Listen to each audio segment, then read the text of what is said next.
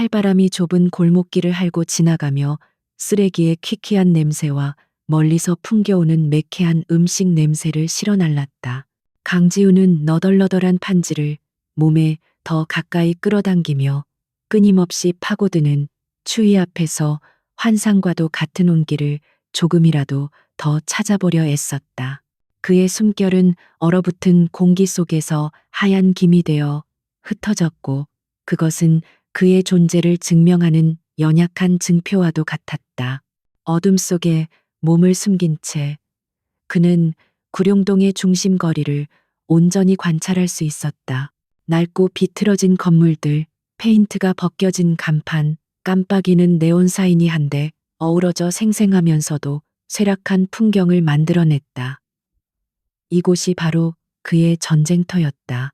보고서의 숫자나 성장 그래프 따위로는 결코 담아낼 수 없는 삶과 절망의 민낯이 고스란히 드러나는 현장이었다.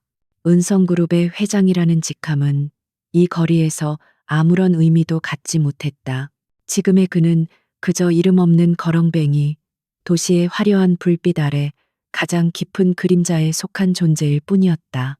그는 일부러 이 길을 택했다. 박태석 이사가 제출한 재개발 프로젝트 보고서에는 주민 동의율 90% 이상 확보라는 문구가 선명하게 찍혀 있었다. 하지만 익명의 투서와 내부 고발의 파편들은 전혀 다른 이야기를 속삭이고 있었다. 협박, 폭력, 교묘한 법의 허점을 이용한 착취. 진실을 알기 위해서는 왕좌에서 내려와 진흙탕 속으로 직접 걸어 들어오는 수밖에 없었다. 그의 눈이 어둠에 익숙해지자 거리의 움직임이 보다 명확하게 보이기 시작했다. 건장한 체격의 사내 서너 명이 낡은 식료품 가게 앞에서 노인 주인을 압박하고 있었다. 그들의 목소리는 낮았지만 위협적인 기운이 골목 안까지 스며들었다. 노인은 고개를 숙인 채 떨고 있었고 그의 아내로 보이는 할머니는 가게 안쪽에서 창백한 얼굴로 밖을 내다보고 있었다. 저들이 바로 박태석이 고용한 용역 깡패들이었다. 보고서에서는 협상 전문가로 미화된 자들이었다. 지훈은 주먹을 꽉 쥐었다. 피가 끓어올랐지만 지금은 때가 아니었다. 그는 관찰자여야만 했다. 증거를 모으고 이 거대한 부패의 연결고리를 파악해야 했다. 며칠 동안의 노숙 생활은 그의 몸을 지치게 했지만 정신은 오히려 더 날카롭게 벼려졌다. 그는 권력의 정점에서 내려다보는 세상이 얼마나 왜곡되어 있었는지를 뼈저리게 느끼고 있었다. 배고픔이 위장을 뒤틀기 시작했다. 마지막으로 음식을 입에 댄 것이 언제였는지 기억조차 희미했다. 차가운 아스팔트 바닥에서 올라오는 냉기가 뼛속까지 스며들어 몸의 감각을 마비시키는 듯했다. 깡패들이 만족스러운 듯 웃으며 자리를 뜨자 노인은 힘없이 주저앉았다. 거리는 다시 일상적인 침묵을 되찾았지만 그 침묵 속에는 공포와 체념이 짙게 배어 있었다. 지훈은 눈을 감았다. 자신의 회사 이름으로 자행되는 이 모든 폭력을 막지 못한다면 그가 이룬 모든 것은 무슨 의미가 있단 말인가. 바로 그때 그의 코끝을 부드럽게 간지리는 따뜻한 김과 함께 구수한 국물 냄새가 풍겨왔다. 그는 천천히 고개를 들었다. 골목 어귀에 자리한 작은 식당의 문이 열리고 한 젊은 여자가 작은 쟁반을 들고 그에게 다가오고 있었다. 여자는 낡았지만 깨끗한 스웨터에 앞치마를 두른 평범한 차림새였다. 하지만 그녀의 눈빛에는 지훈이 지난 몇 주간 이 거리에서 보지 못했던 종류의 온기가 담겨 있었다. 동정이나 연민과는 다른 그저 한 인간을 향한 순수한 배려와 존중의 빛이었다. 그녀는 그의 앞에 조심스럽게 쭈그리고 앉아 쟁반을 내려놓았다. 쟁반 위에는 김이 모락모락 피어오르는 뚝배기와 작은 그릇에 담긴 깍두기가 전부였다. 여자는 아무 말 없이 부드러운 미소를 지으며 그를 바라보았다. 지우는 경계심에 찬 눈으로 그녀와 음식을 번갈아 보았다. 이 거리에서 대가 없는 친절은 의심의 대상일 뿐이었다. 하지만 여자의 눈빛에는 어떤 다른 의도도 보이지 않았다. 그녀는 그저 추위에 떨고 있는 한 사람에게 따뜻한 음식을 건네고 있을 뿐이었다. 날이 많이 춥죠. 이거라도 드시고 기운 내세요. 그녀의 목소리는 작았지만 명료하고 따뜻했다. 지우는 아무 대답도 하지 못했다. 그의 목구멍은 바싹 말라붙어 있었고 수많은 감정이 뒤엉켜 말을 만들어내지 못했다. 그는 그저 멍하니 여자를 바라보았다. 그의 세계에서는 모든 것이 거래였다. 호의에는 반드시 그에 상응하는 대가가 따랐고 미소 뒤에는 계산이 숨어 있었다. 하지만 이 여자는 달랐다. 여자는 그가 아무 반응이 없자 혹시 불편하게 한 것은 아닌지 걱정스러운 표정을 지었다. 그녀는 조심스럽게 뚝배기 뚜껑을 열어주었다. 구수한 냄새가 더욱 짙게 퍼지며 그의 얼어붙은 감각을 깨웠다. 그는 마침내 천천히 손을 뻗어 숟가락을 들었다. 손이 심하게 떨려 숟가락이 뚝배기 가장자리에 부딪히며 소리를 냈다.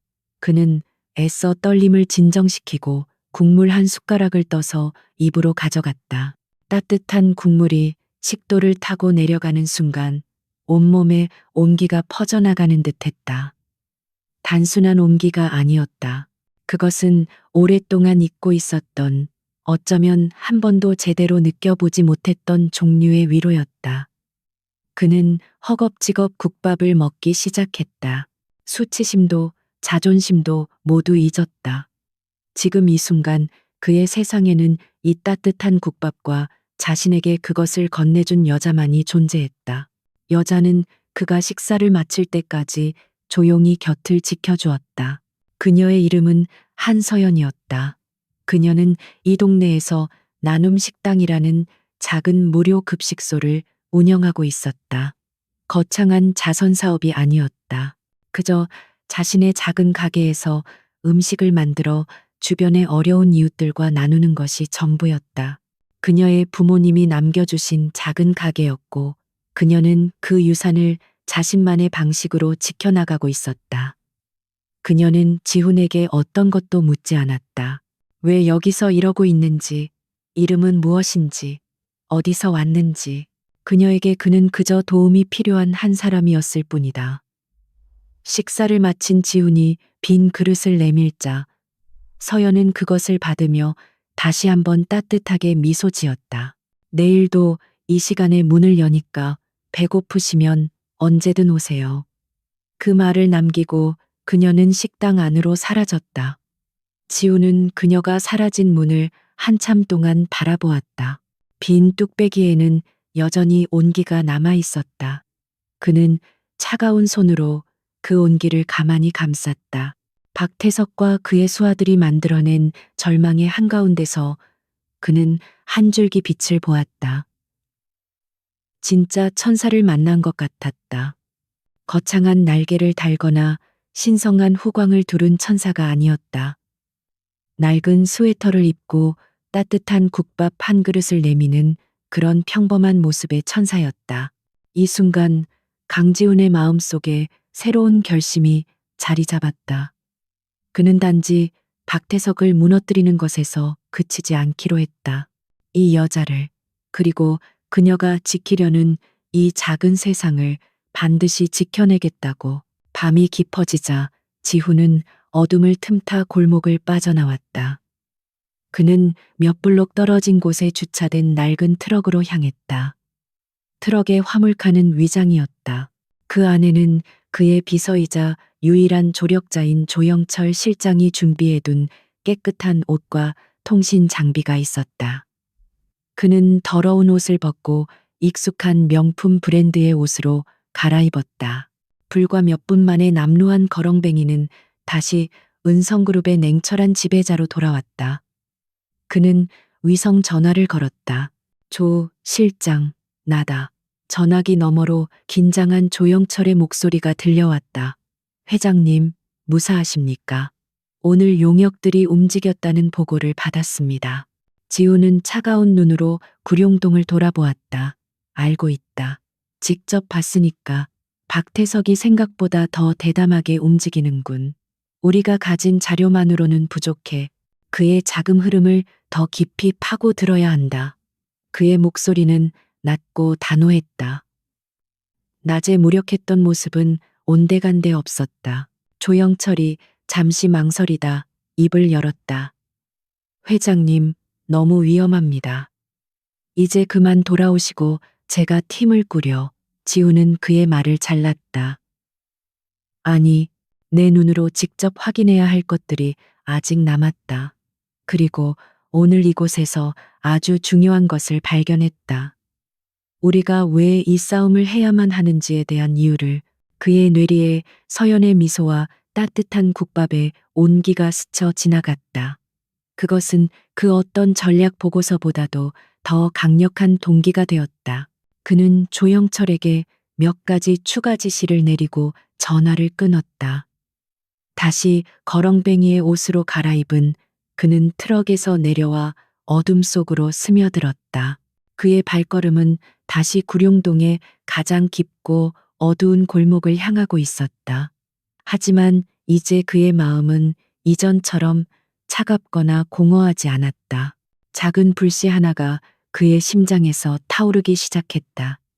그 불씨의 이름은 분노이자 책임감이었으며 어쩌면 희망일지도 몰랐다. 그는 자신의 자리로 돌아와 다시 판지를 뒤집었었다. 밤 공기는 여전히 살을 애는 듯했지만 그는 더 이상 추위를 느끼지 못했다. 위장 속에 남아있는 국밥의 온기가 아니라 마음속에 피어난 온기 때문이었다. 그는 이제 더 이상 단순한 관찰자가 아니었다. 그는 이 동네의 일부가 되어 싸울 준비를 하고 있었다. 진짜 천사를 만난 위장한 CEO는 그렇게 자신의 진짜 싸움을 시작하고 있었다. 그의 눈은 밤의 어둠 너머 다가올 새벽을 응시하고 있었다. 그날 밤 서울의 가장 높은 펜트하우스에서는 박태석 이사가 고급 와인을 음미하며 구룡동 재개발 조감도를 흡족하게 바라보고 있었다. 그는 자신의 계획이 순조롭게 진행되고 있다고 확신했다. 몇몇 주민들의 반발은 성가시긴 했지만 곧 처리될 사소한 문제일 뿐이었다. 그는 자신의 발밑에서 꿈틀거리는 작은 저항의 씨앗을, 그리고 그 씨앗에 물을 주기 시작한 강력한 존재를 전혀 인지하지 못하고 있었다. 오만은 그의 눈을 가리고 있었다. 반면 도시의 가장 낮은 곳에서는 강지훈이 차가운 현실을 온몸으로 느끼며 잠을 청하고 있었다. 그의 손에는 여전히 따뜻한 국밥의 감촉이, 그리고 마음속에는 한 여자의 온기가 선명하게 남아 있었다. 이 극명한 대비 속에서 거대한 폭풍이 잉태되고 있었다. 한 사람은 모든 것을 잃을 운명이었고, 다른 한 사람은 모든 것을 걸고 지켜낼 운명이었다. 그 운명의 분기점은 바로 김이 모락모락 피어오르던 작은 뚝배기 하나였다. 지훈은 눈을 감았다. 머릿속으로 내일의 계획을 그렸다. 그는 더 이상 수동적으로 관찰만 하지는 않을 것이다. 이제부터는 조금씩 아주 미세하게 개입을 시작할 것이다. 저들이 눈치채지 못할 정도로 작은 파문을 일으켜 결국 거대한 파도를 만들어낼 것이다. 그는 한서연이라는 예상치 못한 변수를 만났고 그 변수는 그의 모든 계획을 더 단단하고 의미 있는 것으로 만들었다. 그는 이제 자신만을 위해 싸우는 것이 아니었다. 차가운 아스팔트 바닥 위에서 대한민국 경제를 움직이는 거대 기업의 총수는 잠이 들었다. 그의 꿈속에는 화려한 성공이나 부의 축적이 아닌 작은 식당의 따뜻한 불빛과 자신을 향해 미소 짓던 한 여자의 얼굴이 나타났다. 그것은 그가 회장이 된 이후 처음으로 꾸는 평화로운 꿈이었다. 그가 지키고자 하는 세상의 모습이었고, 그가 반드시 되찾아야 할 인간성의 본질이었다. 그렇게 구룡동의 첫날 밤이 깊어가고 있었다. 새벽의 차가운 공기는 밤사이 얼어붙었던 도시의 소음들을 서서히 녹이고 있었다. 강지우는 나눔 식당의 허름한 처마 밑에서 다른 노숙인들과 함께 몸을 웅크린 채 아침을 맞았다. 밤사이 그의 머릿속을 채웠던 복잡한 전략과 데이터들은 잠시 뒤로 물러나고 오직 아침 국밥의 온기만이 유일한 현실처럼 다가왔다. 식당 문이 열리고 한서연이 모습을 드러내자 죽어있던 거리에는 희미한 활기가 돌기 시작했다. 그녀는 모두에게 공평하게 미소를 나누어 주며 따뜻한 국 한 그릇씩을 건넸다. 지훈은 묵묵히 자신의 차례를 기다렸다. 어제와 같은 따뜻한 국밥이 그의 손에 쥐어졌을 때 그는 조용히 고개를 숙여 감사를 표했다. 서연은 그의 헬쑥한 얼굴을 잠시 살피더니 걱정스러운 목소리로 말했다. 밤새 많이 추우셨죠? 안색이 좋지 않아요. 오늘은 식당 안으로 들어와서 드세요. 그녀의 배려는 그의 심장을 꿰뚫는 예리한 칼날 같으면서도 동시에 상처를 감싸는 부드러운 붕대 같았다. 그는 작게 고개를 저었지만 그녀의 따뜻한 마음은 이미 충분히 전달되었다. 그는 식당 구석에 앉아 사람들을 관찰했다. 저마다 고단한 삶의 흔적을 얼굴에 새긴 채 그들은 이 작은 공간에서 잠시나마 위안을 얻고 있었다. 이곳은 단순한 무료 급식소가 아니었다. 절망에 빠진 이들을 위한 마지막 보루이자 짓밟힌 자존심을 잠시나마 회복할 수 있는 성역이었다. 서연은 분주하게 움직이면서도 모든 사람에게 따뜻한 말을 건네는 것을 잊지 않았다. 그녀의 존재 자체가 이 삭막한 동네를 지탱하는 보이지 않는 기둥처럼 느껴졌다. 바로 그 시각 구룡동이 한눈에 내려다 보이는 도심의 초고층 빌딩 최상층에서는 박태석 이사가 값비싼 이탈리아산 구두로 카펫을 가볍게 두드리며 불쾌한 표정을 짓고 있었다. 그의 앞에는 부하 직원이 고개를 숙인 채 서 있었다. 아직도 그깟 동네 하나 제대로 처리 못하고 있나? 내가 언제까지 기다려야 하지? 그의 목소리는 부드러웠지만 그 안에는 서늘한 위압감이 서려 있었다. 그는 창밖의 구룡동을 마치 체스판 위의 말처럼 내려다보고 있었다. 죄송합니다, 이사님. 일부 상인들의 저항이 생각보다 거셉니다. 그리고 어젯밤에는 작은 소란이 있었습니다. 부하 직원은 땀을 흘리며 보고했다. 박태석은 코웃음을 쳤다. 저항? 벌레들이 꿈틀거리는 걸 저항이라고 부르나? 더 확실한 방법을 써. 다음 주 이사회 전까지는 모든 걸 깨끗하게 마무리 지어야 해. 내 말 뜻 다 알겠지? 그는 손을 휘저어 부하를 내보내고는 거대한 통유리 창 앞으로 다가섰다. 그의 눈에는 인간에 대한 연민 따위는 존재하지 않았다. 오직 야망과 탐욕만이 불타고 있었다. 그에게 구룡동은 더 높은 곳으로 올라가기 위한 발판에 불과했다.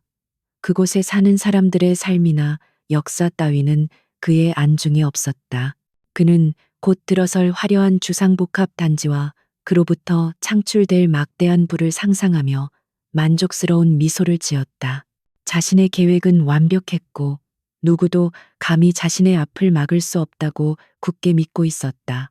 그는 자신의 가장 큰 위협이 바로 저 발밑에 가장 더럽고 초라한 모습으로 자신을 지켜보고 있다는 사실을 꿈에도 상상하지 못했다. 낮 시간 동안 지우는 동네를 배회하며 정보를 수집했다. 그는 사람들의 대화에 귀를 기울였고 용역 깡패들의 움직임을 주시했으며 동네의 지형과 취약점을 파악했다. 그의 머리는 슈퍼컴퓨터처럼 모든 정보를 흡수하고 분석했다. 누가 누구와 연결되어 있는지, 어디가 가장 취약한지, 박태석의 압박이 어떤 방식으로 가해지는지를 입체적으로 그려나갔다. 낮에는 가장 무력한 존재였지만 그의 두뇌는 은성그룹의 회장으로서 단련된 날카로움을 잃지 않았다. 그는 서연의 식당 주변을 맴돌며 그녀를 지켜보았다. 오후가 되자 어제 봤던 깡패 2명이 다시 나타나 식당 앞에서 행패를 부리기 시작했다. 그들은 식당이 길을 막는다며 시비를 걸었고 식사를 하러 오던 사람들을 위협했다. 사람들이 겁을 먹고 흩어지자 서연이 직접 밖으로 나섰다. 그녀는 두려워하는 기색 없이 그러나 단호한 목소리로 말했다. 여기서 이러시면 안 됩니다. 다른 분들에게 피해를 주고 계십니다. 조용히 떠나주세요. 깡패 중 하나가 그녀를 비웃으며 한 걸음 다가섰다. 우리가 누군 줄 알고 까부는 거야? 이딴 거지. 속을 당장 치우지 않으면 어떻게 되는지 보여줘? 그가 손을 치켜드는 순간 지우는 자리에서 벌떡 일어날 뻔했다. 하지만 그 순간 동네 상인 몇몇이 약속이나 한 듯 밖으로 나와 서연의 곁에 섰다. 그들은 비록 겁에 질려 있었지만 자신들의 천사를 지키기 위해 용기를 낸 것이었다. 깡패들은 잠시 주춤하더니 침을 뱉고는 욕설을 퍼부으며 돌아섰다. 지후는 다시 자리에 주저앉았다.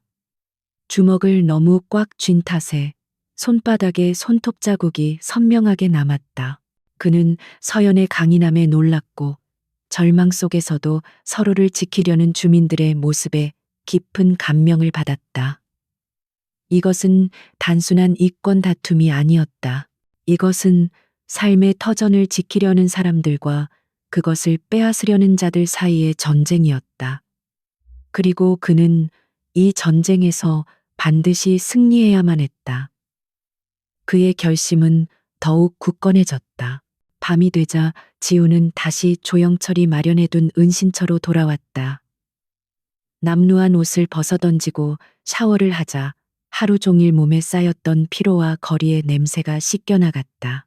그는 최고급 실크 가운을 걸치고 자신의 펜트하우스 서재로 향했다. 낮 동안의 거렁뱅이는 온데간데 없고 예리한 분석가이자 냉철한 전략가인 강지훈 회장만이 존재했다. 그는 조영철과 보안 화상 통화를 연결했다.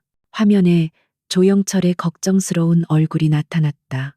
회장님, 오늘도 무사하셔서 다행입니다. 지우는 고개를 끄덕이며 곧바로 본론으로 들어갔다. 낮에 봤던 용역 깡패들의 신원을 확인해 그리고 블루파인 캐피탈이라는 대부업체에 대해 집중적으로 조사하도록. 구룡동 상인들을 옥죄는 자금줄이 그쪽인 것 같다. 박태석과의 연결고리를 찾아내 그는 낮 동안 수집한 정보들을 바탕으로 정확한 지시를 내렸다. 그의 기억력과 분석력은 조영철을 항상 놀라게 했다. 알겠습니다, 회장님. 그런데 박 이사가 곧 이사회를 소집할 모양입니다. 재개발 프로젝트 최종 승인을 압박하려는 속셈입니다. 시간이 많지 않습니다. 조영철의 보고에 지훈의 눈빛이 차가워졌다. 알고 있다. 그래서 더 서둘러야 해. 박태석은 내 자리를 노리고 있어. 이번 프로젝트를 성공시켜 자신의 입지를 굳히려는 거겠지. 하지만 그는 너무 많은 실수를 저지르고 있어. 특히 상대를 잘못 골랐다는 가장 큰 실수를. 그는 통화를 마친 후 거대한 창가로 다가갔다. 박태석의 사무실에서 보았던 것과 같은 서울의 야경이었지만 지훈의 눈에 비친 풍경은 전혀 달랐다. 그는 반짝이는 불빛들 속에서 유독 어둡게 가라앉은 구룡동 지역을 찾아냈다. 그의 세계와 그녀의 세계, 너무나도 다른 두 세계가 하나의 야경 속에 공존하고 있었다. 그는 자신의 손바닥을 내려다보았다.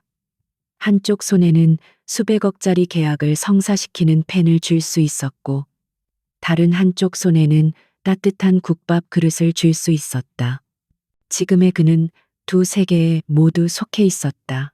그리고 두 세계의 진실을 모두 알고 있었다. 박태석이 아는 진실은 오직 탐욕과 권력뿐이었지만 지훈이 알게 된 진실은 그보다 훨씬 더 근원적인 것이었다. 그것은 한 그릇에 국밥이 담고 있는 온기, 위협 앞에서 서로를 감싸 안는 용기, 그리고 어떤 상황에서도 인간의 존엄성을 잃지 않으려는 한 여자의 숭고한 정신이었다. 그는 그 진실을 지키기 위해 자신의 모든 것을 걸기로 했다. 지훈은 조영철에게서 전송된 초기 조사 자료를 검토하기 시작했다.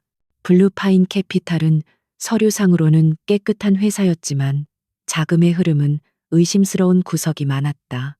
박태석의 처남이 유령 회사의 이사로 등재되어 있다는 사실을 발견했을 때 지훈의 입가에 차가운 미소가 번졌다. 꼬리가 잡히기 시작했다. 그는 이 작은 실마리를 풀어 거대한 뱀의 몸통을 찾아낼 것이다. 그는 밤이 새도록 자료와 씨름했다. 차가운 데이터와 숫자들 속에서 그는 구룡동 사람들의 얼굴을 떠올렸다. 식료품 가게 노인의 겁에 질린 눈, 깡패들 앞에서 당당했던 서연의 모습, 국밥 한 그릇에 행복해하던 노숙인들의 미소. 그 얼굴들이 그의 싸움에 의미를 부여했다.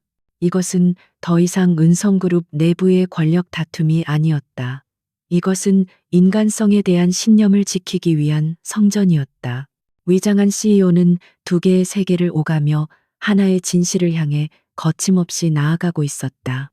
다음 날 새벽 그는 다시 구룡동의 거렁뱅이로 돌아왔다. 밤사이에 치열했던 흔적을 지운 채 그는 다시 나눔 식당의 온기를 찾아갔다. 서연은 여전히 그 자리에 있었고 여전히 따뜻한 미소를 짓고 있었다.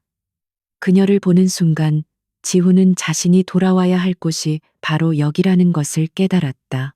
화려한 펜트하우스가 아니라 이 작고 허름한 식당 앞이야말로 그의 진짜 전쟁터이자 그가 지켜야 할 가치가 있는 곳이었다. 구룡동의 아침이 밝아오는 방식은 다른 곳과 사뭇 달랐다. 희망찬 햇살이 아니라 밤새 쌓인 절망의 무게를 억지로 밀어내는 회색빛 여명이었다. 박태석의 압박은 더욱 노골적이고 교묘해졌다. 이제 용역 깡패들은 단순한 협박을 넘어 법의 허점을 파고드는 방식으로 주민들을 괴롭히기 시작했다. 그들의 첫 번째 목표는 지난번 지훈이 목격했던 식료품 가게의 최노인이었다. 블루파인 캐피탈에서 나온 직원이라는 명함을 단 자들이 다시 그를 찾아왔다. 그들은 복잡한 서류 뭉치를 내밀며 가게가 소방법과 위생법의 특정 조항을 위반했으니 거액의 벌금을 내거나 혹은 특별구제 금융계약서에 서명하라고 압박했다. 최 노인의 얼굴은 사색이 되었다.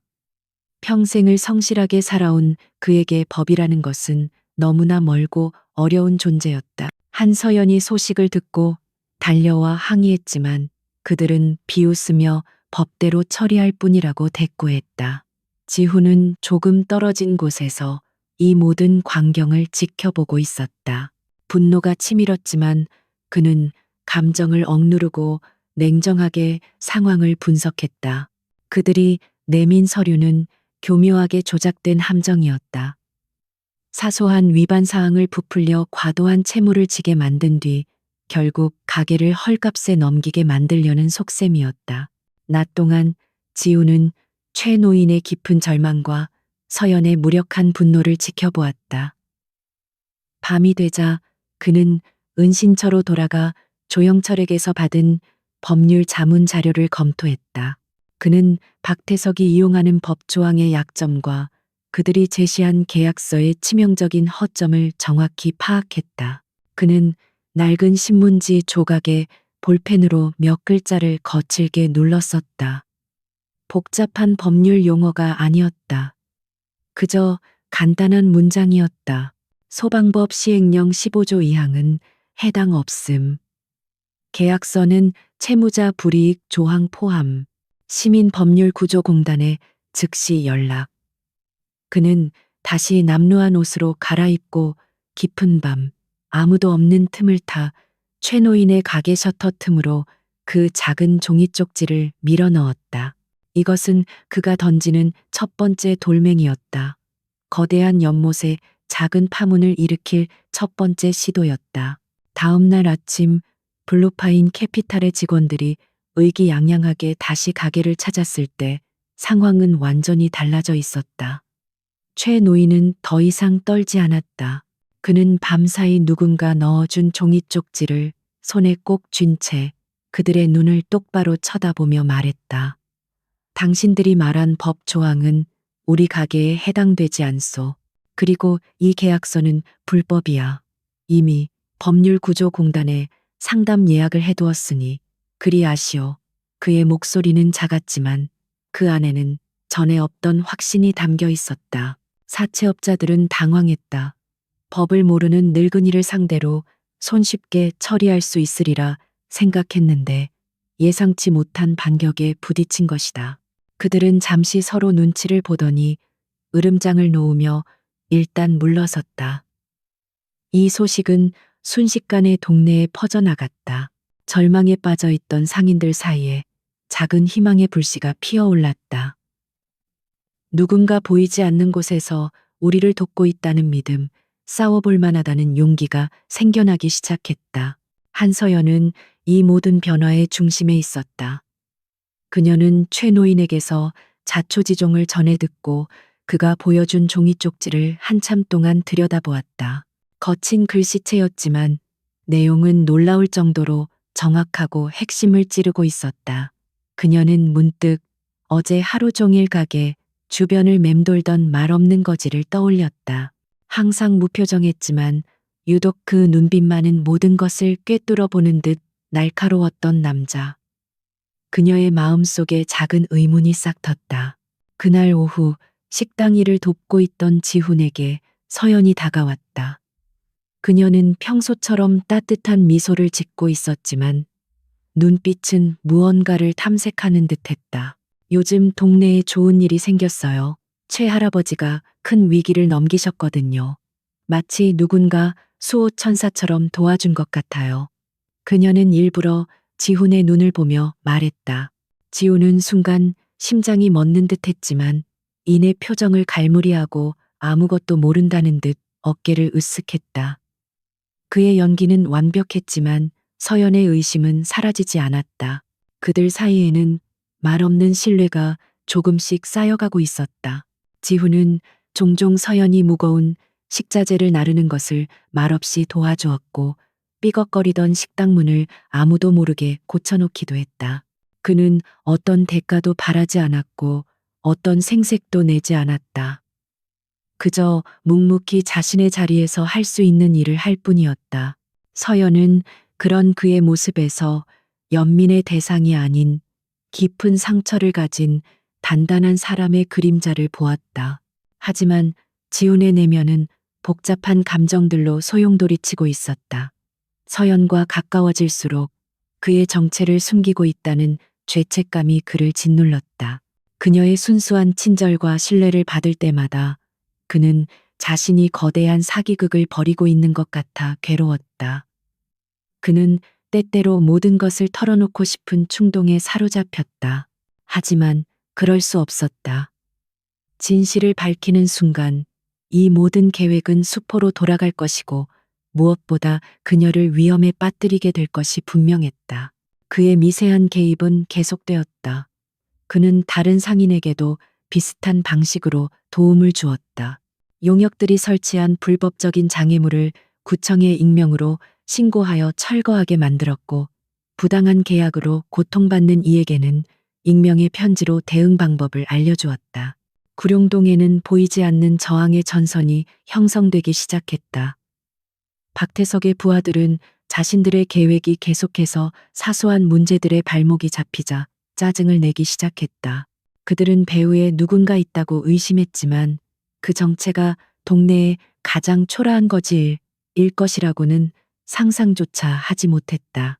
박태석은 자신의 사무실에서 이 모든 보고를 받았다. 그는 처음에는 대수롭지 않게 여겼다. 하지만 똑같은 방식의 방해가 반복되자 그의 미간에 깊은 주름이 새겨졌다. 대체 어떤 놈이 자꾸 해방을 놓는 거야?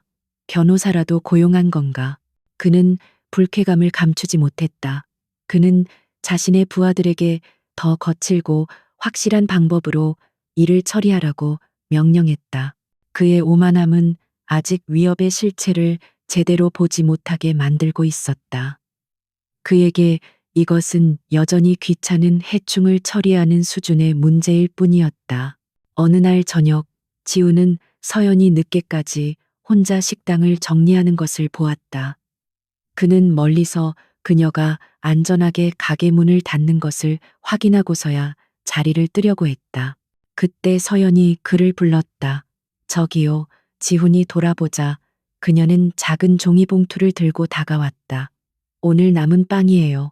가져가서 드세요. 지훈은 묵묵히 봉투를 받아들었다.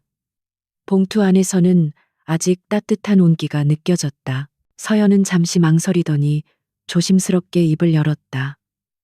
무슨 사정이 있으신지는 모르겠지만 너무 혼자서 모든 걸 짊어지려고 하지 마세요. 그녀의 말은 모호했지만 지우는 그녀가 무언가 눈치채고 있음을 직감했다.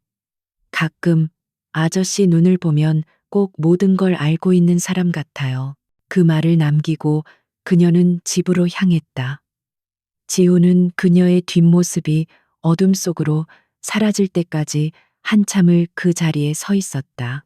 그의 손에 들린 빵 봉투가 유난히 무겁게 느껴졌다. 그녀의 통찰력은 그를 놀라게 했고 그녀의 따뜻한 걱정은 그의 심장을 아프게 했다. 그는 이 위험한 줄타기를 언제까지 계속할 수 있을까? 그는 자신의 정체가 탈로 나는 것보다 그녀에게 실망을 안겨주는 것이 더 두려웠다. 그는 밤하늘을 올려다보았다. 도시의 불빛에 가려 별들은 보이지 않았다. 하지만 그는 알고 있었다. 가장 짙은 어둠 속에서도 별은 빛나고 있다는 것을. 그리고 지금 그에게는 한서연이라는 별이 길을 밝혀주고 있었다. 그는 결코 이 싸움을 포기할 수 없었다. 강지훈이 일으킨 작은 파문들은 결국 박태석의 심기를 건드리고 말았다. 그의 인내심은 바닥났고 자비심 없는 본성이 고개를 들었다. 그는 자신의 부하들에게 더 이상 경고가 아닌 본보기를 보이라고 명령했다. 그들의 타겟은 다시 최노인의 식료품 가게였다. 하지만 이번에는 교묘한 법조항이나 계약서 따위가 아니었다. 깊은 밤 묵직한 쇠파이프를 든 복면의 사내들이 가게의 셔터를 찍고 들어갔다. 그들은 비명이나 고함 한 번 지르지 않고 오직 파괴만을 목적으로 움직였다. 다음 날 아침 구룡동 주민들이 마주한 것은 처참하게 부서진 가게의 모습이었다. 평생의 보금자리이자 삶의 터전이었던 곳이 한순간에 폐허로 변해 있었다. 진열대는 부서졌고 상품들은 바닥에 나뒹굴었으며 유리 조각이 사방에 흩어져 있었다. 최 노인은 망연자실한 채 가게 앞에 주저앉아 있었고 그의 아내는 실신 직전이었다. 동네 전체가 공포와 분노로 얼어붙었다. 이것은 한 개인에 대한 공격이 아니라 공동체 전체를 향한 명백한 선전포고였다. 한서연은 소식을 듣고 가장 먼저 달려왔다. 그녀는 무너진 가게의 잔해와 절망에 빠진 노부부의 모습을 보며 입술을 깨물었다. 무력감이 온몸을 짓눌렀다. 그녀가 사람들을 돕고자 했던 모든 노력이 오히려 더 큰 화를 부른 것만 같았다. 그녀의 눈에 눈물이 고였지만 지금은 울 때가 아니었다. 그녀는 주민들을 다독이고 최노인 부부를 자신의 식당으로 모셨다. 그녀의 작은 식당은 순식간에 분노한 주민들의 목소리로 가득 찬 대책 본부가 되었다. 강지훈은 조금 떨어진 곳에서 이 모든 것을 지켜보고 있었다. 그의 내면에서는 차가운 분노가 용암처럼 들끓었다. 그의 미세한 개입이 이런 끔찍한 결과를 낳을 것이라고는 예상하지 못했다. 박태석은 그가 생각했던 것보다 훨씬 더 잔인하고 무모한 인간이었다. 이제 더 이상 물러서거나 관망할 시간이 없었다. 그는 즉시 인적이 드문 곳으로 자리를 옮겨 조영철에게 전화를 걸었다. 그의 목소리는 분노로 낮게 잠겨 있었다. 상황은 들었겠지. 더 이상 점잖게 놀아줄 수 없게 됐어. 지금부터 모든 자원을 동원해 박태석의 자금 세탁 루트를 파헤쳐 오늘 밤 안으로 결과를 봐야겠다. 그의 돈줄을 끊어버릴 거야. 아니, 그 돈줄을 올가미로 만들어 그의 목에 직접 걸어주겠다.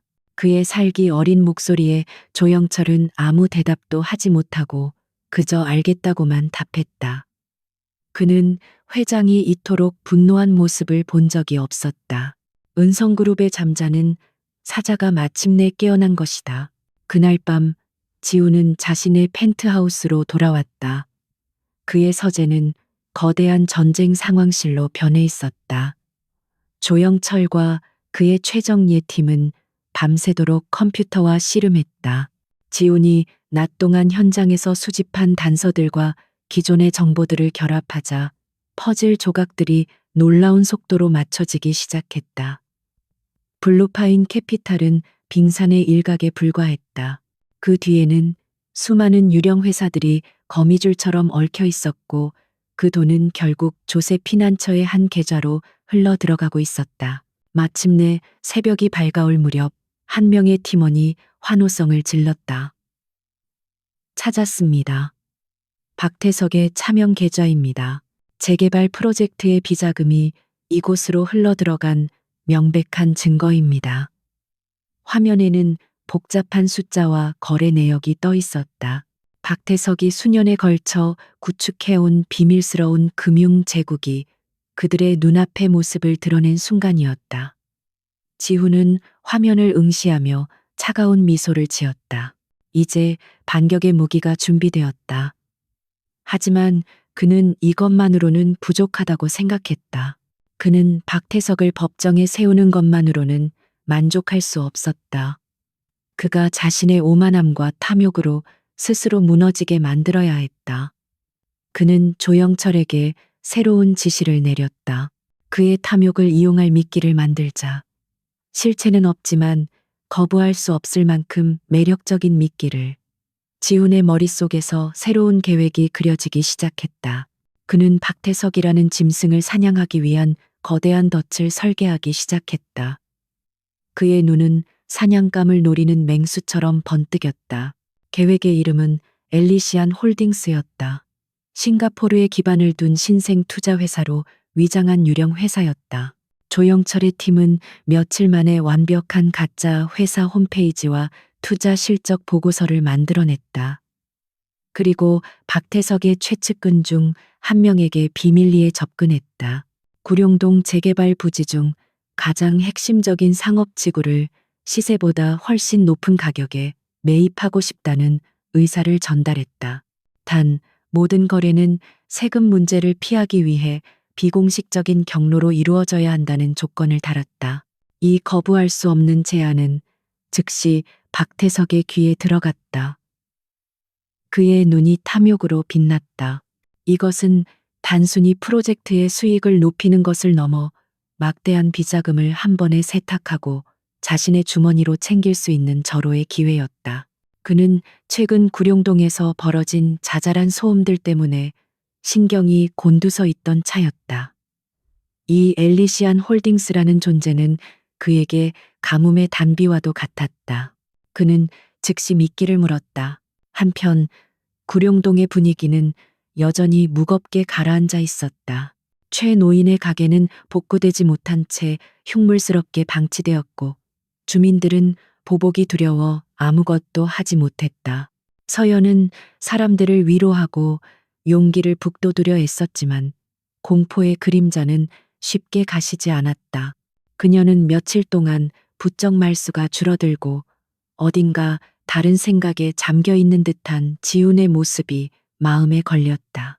그는 여전히 그 자리에 있었지만 마치 영혼은 다른 곳에 가 있는 사람처럼 보였다.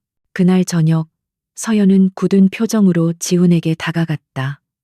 모두가 이렇게 힘들어 하는데 당신은 아무렇지도 않은가요? 화나지도 무섭지도 않으세요? 그녀의 목소리에는 원망이 섞여 있었다. 그녀는 그에게서 무언가 다른 점을 느꼈고 그의 침묵이 답답하게 느껴졌던 것이다. 지훈은 그녀의 흔들리는 눈동자를 바라보았다. 그는 진실을 말해주고 싶었다. 지금 보이지 않는 곳에서 얼마나 치열한 전쟁을 벌이고 있는지 알려주고 싶었다. 하지만 그는 그저 낮은 목소리로 대답할 뿐이었다. 분노만으로는 아무것도 바꿀 수 없습니다. 계획 없는 분노는 그저 소음일 뿐이니까요. 그의 수수께끼 같은 대답은 서연을 더욱 혼란스럽게 만들었다. 그녀는 그의 깊이를 알 수 없는 눈동자를 바라보다가 결국 아무 말도 하지 못하고 돌아섰다. 그들의 사이에 처음으로 차가운 벽이 생긴 것 같았다. 지우는 멀어지는 그녀의 뒷모습을 보며 쓴웃음을 지었다. 이 모든 것이 끝나면 그녀가 자신을 용서할 수 있을까? 박태석은 엘리시안 홀딩스와의 비밀 협상에 완전히 몰두해 있었다. 그는 자신의 비자금 계좌에서 거액의 계약금을 준비하기 시작했다. 이 거래만 성공하면 그는 은성그룹 내에서 누구도 넘볼 수 없는 위치에 오르게 될 것이라고 확신했다. 그의 탐욕은 이미 이성의 브레이크를 파괴한 뒤였다. 그는 자신이 강지훈이라는 거대한 거미가 쳐놓은 거미줄의 한가운데로 스스로 걸어 들어가고 있다는 사실을 전혀 알지 못했다.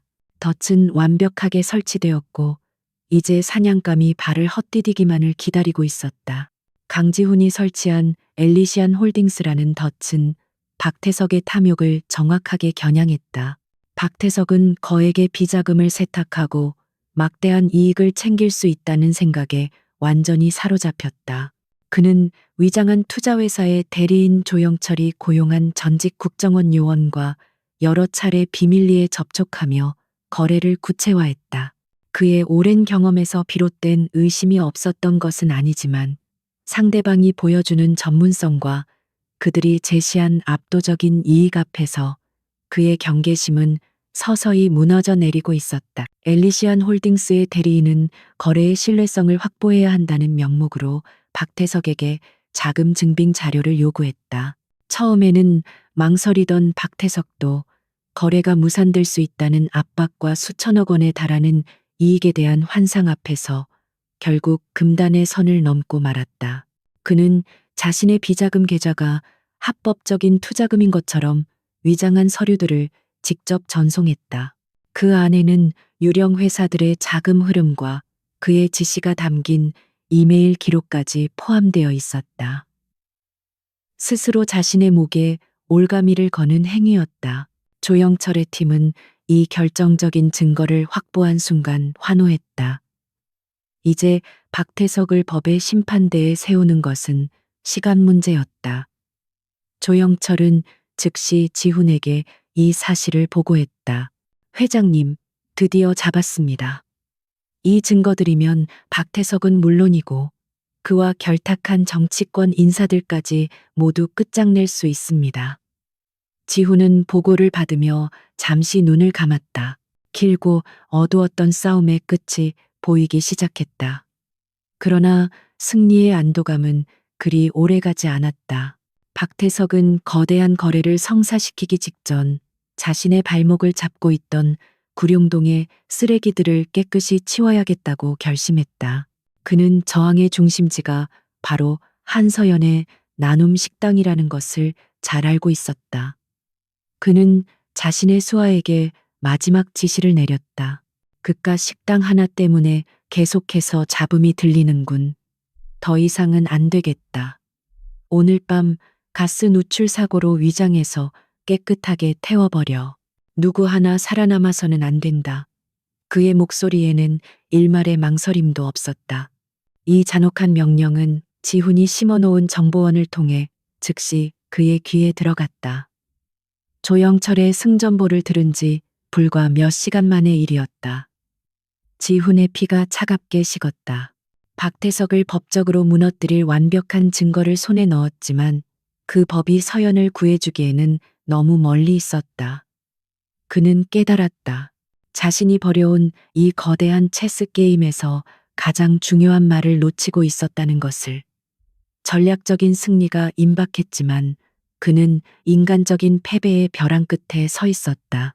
그는 더 이상 그림자 속에 숨어 있을 수 없었다. 익명의 조력자나 수수께끼의 거지 행세는 이제 끝내야 했다. 그는 즉시 조영철에게 다시 연락했다.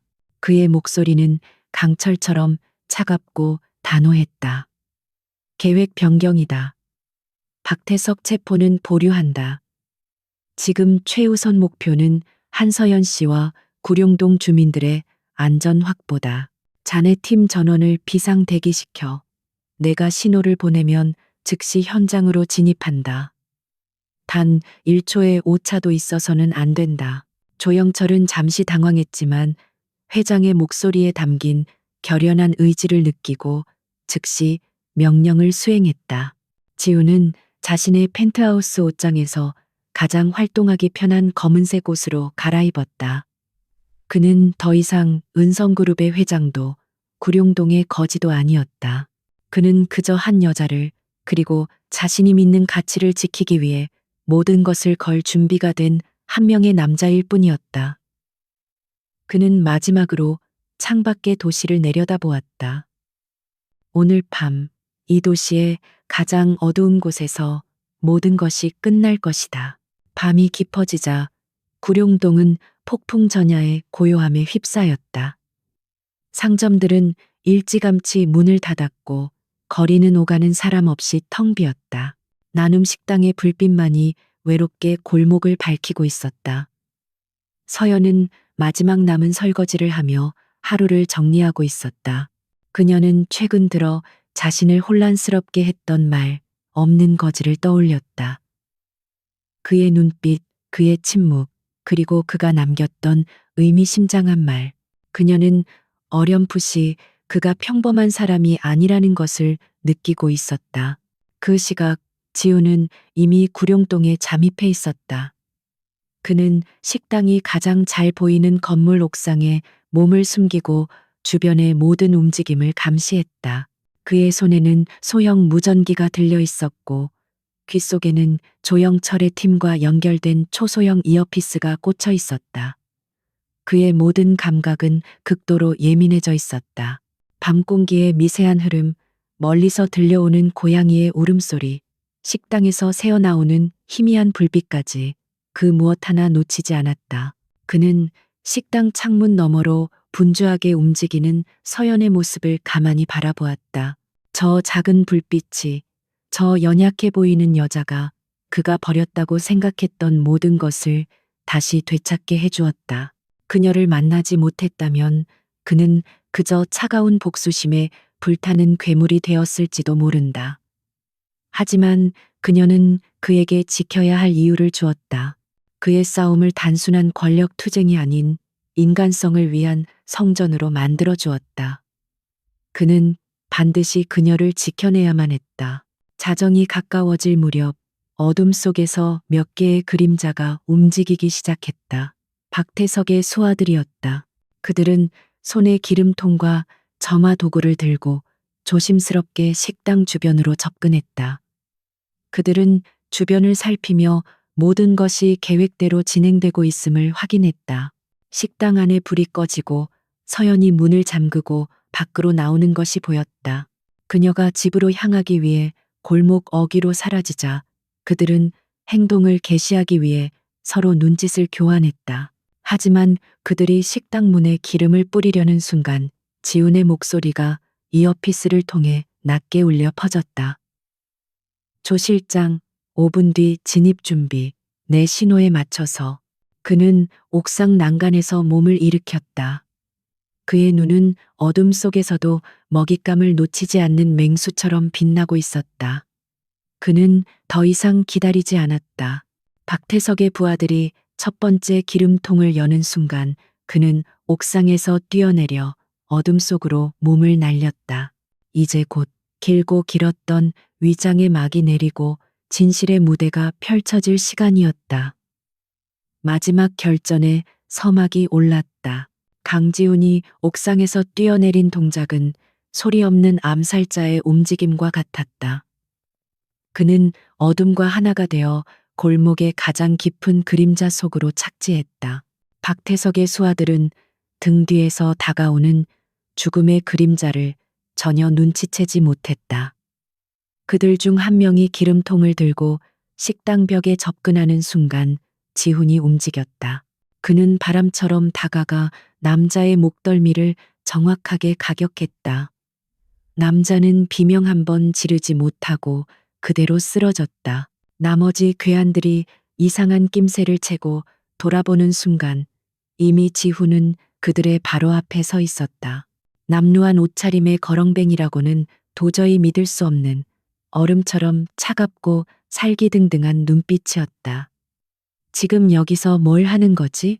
지훈의 목소리는 낮았지만 골목 전체를 울리는 듯한 위압감을 담고 있었다.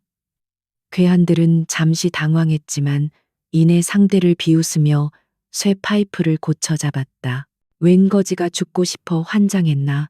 꺼져. 그러나 그들의 조롱은 오래가지 못했다. 지훈은 가장 먼저 달려드는 자의 팔을 꺾어 쇠 파이프를 빼앗은 뒤 그 힘을 역이용하여 다른 자의 복부를 가격했다. 그의 움직임에는 군더더기가 없었다. 수년간 최고의 전문가들에게서 배운 자기 방어 기술이 몸에 배어 있었다.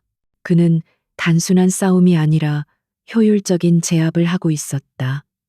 몇 번의 격렬한 충돌음과 함께 괴한들은 하나둘씩 힘없이 쓰러졌다. 하지만 위기의 순간 가장 멀리 있던 괴한이 최후의 발악을 했다. 그는 품 안에서 라이터를 꺼내 성냥을 긋듯 불을 붙였다. 그리고는 이미 바닥에 흥건하게 쏟아진 기름을 향해 그것을 던졌다. 같이 죽자. 그의 악에 바친 고함과 함께 맹렬한 불길이 쉭 하는 소리를 내며 순식간에 식당의 정면을 집어삼켰다. 붉은 화염이 어두운 골목을 대낮처럼 밝혔고 건조한 목재 건물은 순식간에 거대한 횃불이 되어 타오르기 시작했다. 바로 그 순간 식당 2층의 작은 창문에서 다급한 기침 소리와 함께 한서연의 모습이 나타났다. 그녀는 식당 위 작은 다락방에서 살고 있었던 것이다. 그녀는 이미 번지기 시작한 불길에 유일한 탈출구가 막혀버린 것을 깨닫고 창백한 얼굴로 창문을 두드렸다. 그 모습을 본 지훈의 심장이 멎는 듯했다. 모든 계획, 모든 복수가 순식간에 의미를 잃었다. 그의 세상 전체가 저 불길 속에서 타들어가고 있었다. 그는 한치의 망설임도 없이 불타는 건물을 향해 몸을 날렸다. 그는 아까 빼앗은 쇠파이프로 가장 약해 보이는 벽 부분을 맹렬하게 내리쳐 구멍을 만들었다. 그리고는 타오르는 불길과 자욱한 연기 속으로 주저없이 뛰어들었다. 뜨거운 열기가 그의 피부를 태우는 듯했고 유독한 연기가 폐를 파고들었다. 하지만 그의 머릿속에는 오직 서연을 구해야 한다는 생각뿐이었다. 그는 그녀의 방이 있을 만한 위치를 향해 필사적으로 나아갔다. 서연 씨, 한서연 씨, 그가 소리치자 희미한 신음소리가 들려왔다. 그는 소리가 들려온 방향으로 몸을 돌렸다. 서연은 이미 연기에 질식해 바닥에 쓰러져 있었다. 지우는 자신의 남루한 겉옷을 벗어 그녀의 얼굴을 감싸고 그녀를 팔에 안아들었다. 그녀는 생각보다 가벼웠다. 이 연약한 몸으로 그 모진 세상과 싸워왔다는 사실에 그의 가슴이 미어졌다. 그는 무너져 내리는 건물의 잔해를 피해 필사적으로 자신이 뚫고 들어온 구멍을 향해 되돌아갔다. 지훈이 마침내 서연을 안고 불타는 건물 밖으로 빠져나왔을 때 골목 어귀로 검은색 세단 한 대가 미끄러지듯 들어섰다. 차에서 내린 것은 바로 박태석이었다. 그는 자신의 작품이 성공적으로 마무리된 것을 확인하기 위해 직접 현장을 찾은 것이다. 하지만 그의 눈에 들어온 것은 활활 타오르는 건물과 자신의 부하들을 모두 쓰러뜨린 채 검은 재를 뒤집어 쓴 거지가 한 여자를 구출해 나오는 믿을 수 없는 광경이었다.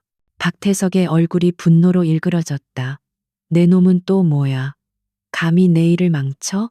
그는 지훈의 정체를 전혀 알아보지 못했다.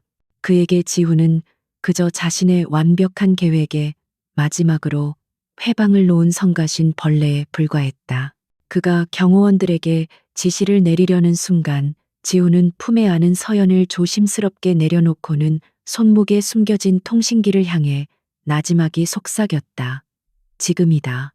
그의 말이 끝나기 무섭게 정적을 깨고 사방에서 날카로운 사이렌 소리가 울려 퍼졌다.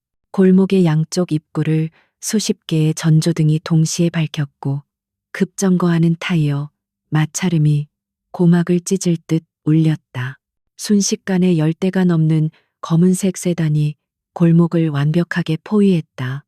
차문이 열리고 잘 훈련된 경호원들이 일사불란하게 뛰어나와 박태석과 그의 수하들을 순식사태 제압했다. 모든 것이 불과 몇 초 만에 일어난 일이었다. 박태석이 어안이 벙벙해져서 무슨 일이 벌어지고 있는지 파악하려 애쓰는 사이 한 남자가 경호원들을 뚫고 지훈을 향해 걸어왔다. 흐트러짐 없는 완벽한 수트 차림의 조영철 실장이었다. 그는 주변의 혼란과 불길은 안중에도 없다는 듯 제투성이의 남루한 거지 앞에 멈춰서서 깊이 허리를 숙였다. 그리고 그의 입에서 나온 한마디가 그 자리에 있던 모든 사람의 시간을 멈추게 만들었다. 회장님, 괜찮으십니까? 회장님이라는 단어는 천둥처럼 박태석의 뇌리를 강타했다. 그의 눈이 믿을 수 없다는 듯 커졌다. 그는 눈앞의 거지를 그리고 조영철을 번갈아 보았다. 그의 오만했던 얼굴에서 핏기가 사라지고 경악과 이해 그리고 완전한 절망이 뒤섞인 표정이 떠올랐다. 그가 벌레처럼 무시했던 존재, 자신의 계획을 사사건건 방해했던 보이지 않는 손의 정체가 바로 자신이 그토록 몰아내고 싶어 했던 그룹의 총수, 강지훈이었다는 사실을 깨달은 것이다. 그 순간 지훈의 품에서 희미하게 의식을 차린 서연 역시 그 말을 똑똑히 들었다. 그녀는 천천히 고개를 들어 자신을 구해준 남자를 바라보았다. 늘 침묵 속에서 자신을 지켜보던 따뜻하지만 슬픈 눈. 자신에게 아무 대가 없이 친절을 베풀었던 남자. 그 남자를 향해 은성그룹의 비서실장이 회장님이라고 부르고 있었다. 그녀의 머릿속이 하얗게 비었다.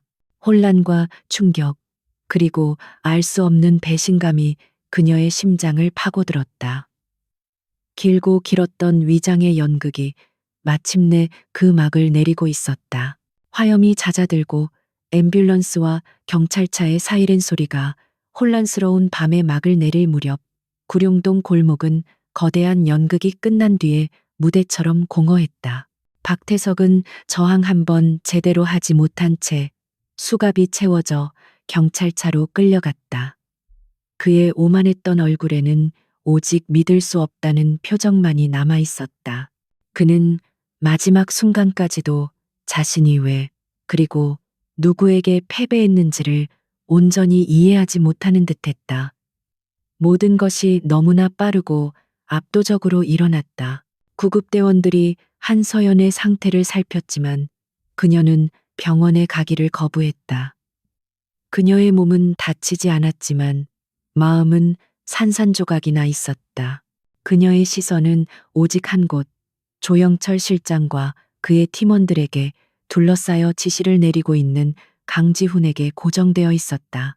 방금 전까지 그녀를 불길 속에서 구해낸 제투성이의 남루한 그 남자는 이제 너무나 멀고 낯선 존재가 되어 있었다. CEO와 거지, 그 극단적인 간극 속에서 그녀는 길을 잃었다. 지훈은 모든 현장 수습을 지시한 뒤 서연에게 다가갔다. 그가 한 걸음 내디딜 때마다 그녀는 자신도 모르게 한 걸음 뒤로 물러섰다. 그녀의 눈에는 더 이상 온기가 없었다. 경계심과 혼란 그리고 깊은 상처가 자리하고 있었다. 지훈은 걸음을 멈췄다. 지금은 어떤 말도 그녀에게 닿을 수 없다는 것을 깨달았다. 그는 조영철에게 그녀를 안전한 곳으로 모시라고 지시한 뒤 멀차 어둠 속으로 사라졌다. 그들의 길고 길었던 밤은 그렇게 끝나고 있었다. 다음 며칠간 대한민국은 은성그룹 스캔들로 떠들썩했다. 박태석의 비리는 빙산의 일각에 불과했다. 그를 수사하는 과정에서 정재계 인사들이 연루된 거대한 부패 네트워크가 드러났다. 강지훈 회장이 직접 자신의 치부를 드러내는 방식으로 이 모든 것을 폭로했다는 사실에 세상은 경악했다. 구룡동 재개발 프로젝트는 전면 중단되었고 강지훈은 공식 기자회견을 열어 국민 앞에 고개를 숙였다. 그는 피해를 입은 모든 주민에게 사죄하고 원점에서부터 다시 시작하겠다고 약속했다. 기업의 총수가 자신의 과오를 인정하고 피해자들에게 직접 사과하는 모습은 전례 없는 일이었다. 그의 진정성 있는 태도에 여론은 서서히 그에게 힘을 실어주기 시작했다. 그는 단순한 경영자가 아니라 부패한 시스템에 맞서 싸운 개혁가로 비치기 시작했다. 하지만 이 모든 세상의 평가 속에서도 지훈의 마음은 무거웠다. 그가 가장 듣고 싶었던 단 한 사람의 용서를 아직 받지 못했기 때문이었다. 사건이 어느 정도 정리된 후 지훈은 서연이 머물고 있는 임시 숙소를 찾아갔다.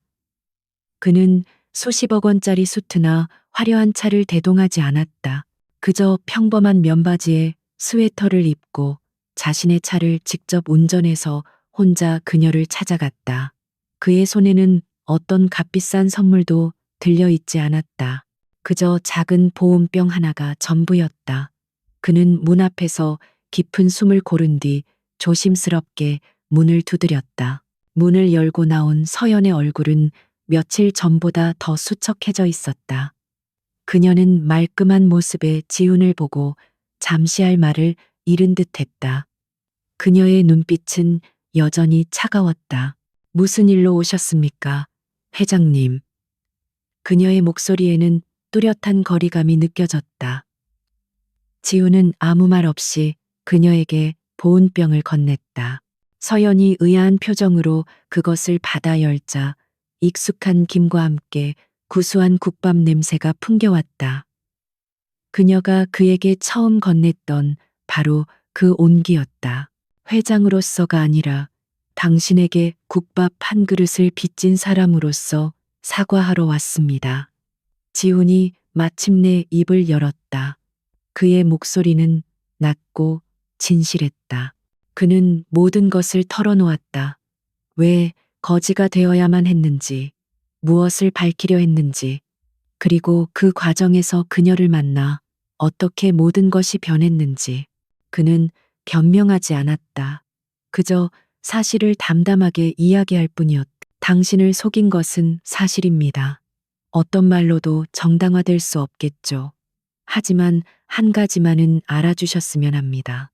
남루한 행색은 거짓이었지만 당신의 친절에 감동했던 마음은 진짜였습니다.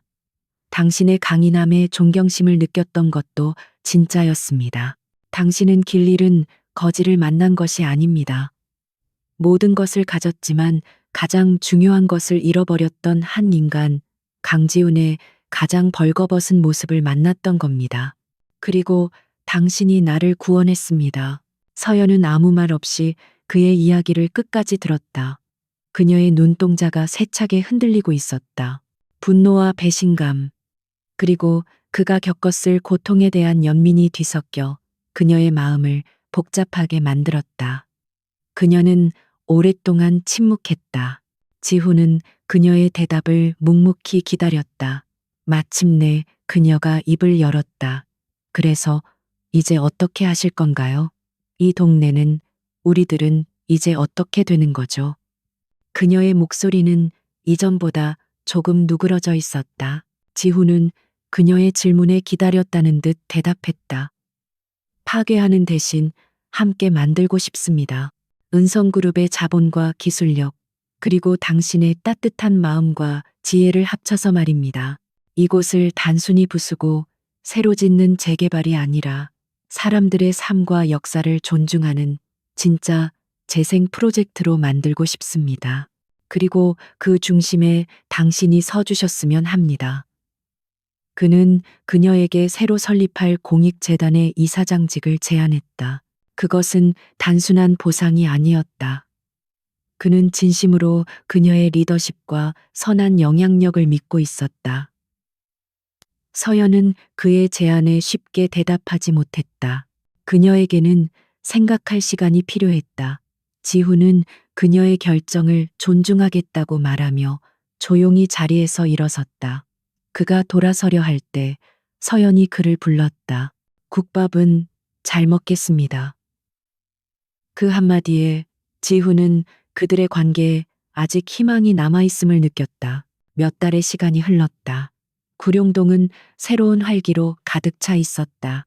은성그룹의 전폭적인 지원 아래 주민들의 의견을 수렴하는 새로운 도시 재생 프로젝트가 시작되었다. 불에 탔던 나눔 식당의 자리에는 더 크고 현대적인 커뮤니티 센터가 들어서고 있었다. 그리고 그 모든 변화의 중심에는 한서연이 있었다. 그녀는 결국 지훈의 제안을 받아들여 재단의 이사장이 되었고 누구보다 열정적으로 주민들을 위해 일했다. 어느 화창한 오후 지훈은 양복 대신 편안한 작업복 차림으로 공사 현장을 찾았다. 그는 더 이상 멀리서 지켜보는 회장이 아니었다. 그는 주말마다 이곳을 찾아 주민들과 함께 땀을 흘렸다. 서연은 안전모를 쓴 채 현장을 지휘하다가 지훈을 발견하고는 시원한 물 한 병을 들고 그에게 다가갔다. 회장님, 이런 힘든 일은 안 하셔도 되는데. 그녀의 말에는 이제 짓궂은 농담이 섞여 있었다. 지훈은 물을 받아 단숨에 들이켜고는 미소 지었다. 이사장님이야말로 좀 쉬엄쉬엄 하세요. 그러다 쓰러지겠습니다. 그들의 눈이 마주쳤다. 더 이상 그들 사이에 거짓의 벽이나 신분의 격차는 존재하지 않았다. 오직 서로에 대한 깊은 신뢰와 존중만이 남아 있었다. 그들은 함께 새로 지어지는 건물을 바라보았다. 그것은 단순한 건물이 아니라 절망 속에서 피어난 희망의 상징이었고, 그들이 함께 만들어갈 미래의 약속이었다. 거지로 위장했던 CEO는 진짜 천사를 만났다. 그리고 그 천사를 통해 그는 돈이나 권력보다 더 위대한 가치를 배웠다. 그것은 바로 사람의 마음을 얻는 힘, 그리고 사랑과 연민으로 세상을 변화시키는 힘이었다. 그는 마침내 진정한 의미의 왕좌를 되찾았다. 그것은 가장 높은 곳이 아니라 가장 낮은 곳에서 사람들과 함께할 때 비로소 완성되는 것이었다. 지훈과 서연은 서로를 보며 조용히 미소 지었다. 그들의 진짜 이야기는 이제 막 시작되고 있었다.